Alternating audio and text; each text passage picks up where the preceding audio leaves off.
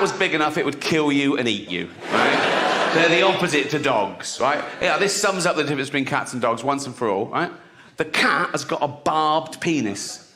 True, Google it, careful, right? But a barbed penis, right? 2 reasons. One, it holds the female in place during mating, so it slides in easy, and it goes, oh, run, oh, you can't. Go on.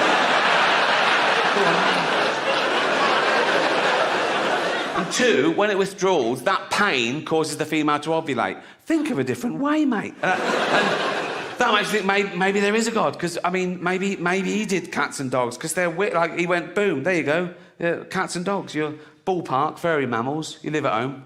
It's a good gig, you get fed. What sort of penis were you hoping for? Dog?